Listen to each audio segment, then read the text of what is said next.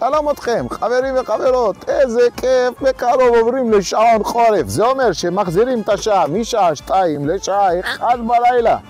זה אומר שיש לנו עוד שעה 1 יותר לישון. זזה, חכה רגע נשמה, במעבר בין שעון קיץ לשעון חורף יש עוד הרבה משמעויות. רמי, שנגן הצולץ, אפיחית מצופה בסוכר, דבש נטול קופאין, סוכרזית נטולת מתיקות. איפה אתה? הרבה זמן לא שמענו ממך מותק.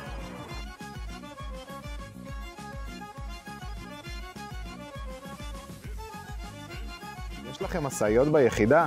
אל תשכחו לכוון את השעון בטכוגרף.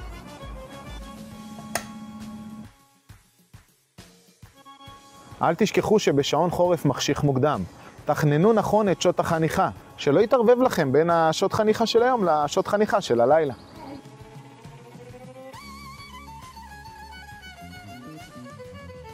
בזמן שילוח משימה, שימו לב וודאו שהנהג כשיר וערני לביצוע המשימה.